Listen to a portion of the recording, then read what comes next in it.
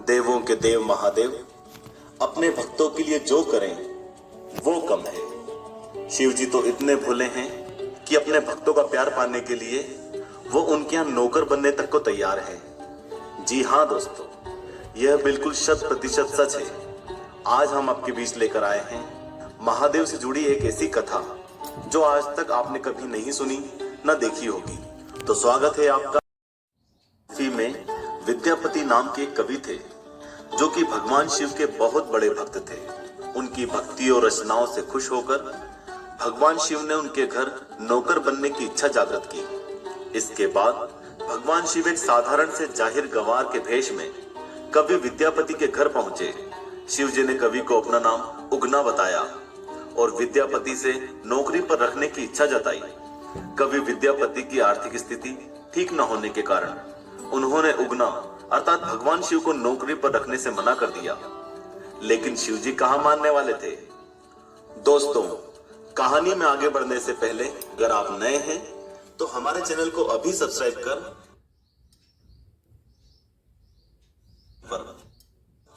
तेज गर्मी का समय था और धूप बहुत तेज थी।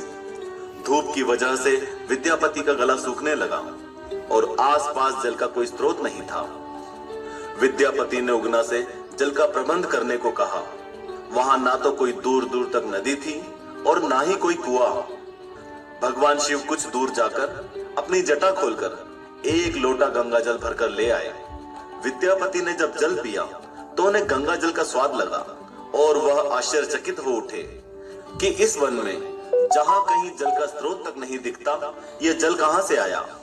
कवि विद्यापति को उगना पर संदेह हो गया कि यह कोई सामान्य व्यक्ति नहीं बल्कि स्वयं भगवान शिव हैं। अतः उगना से उसका वास्तविक परिचय जानने के लिए जिद करने लगे।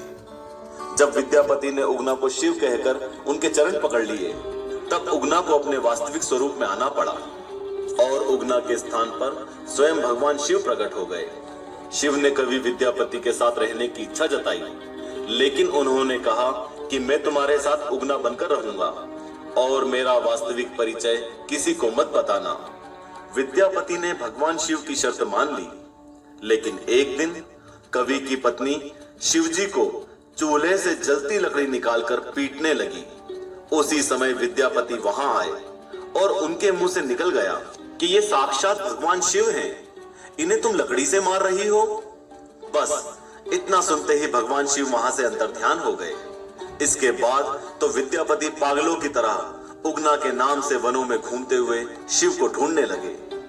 भक्त की ऐसी दशा देखकर शिव विद्यापति के सामने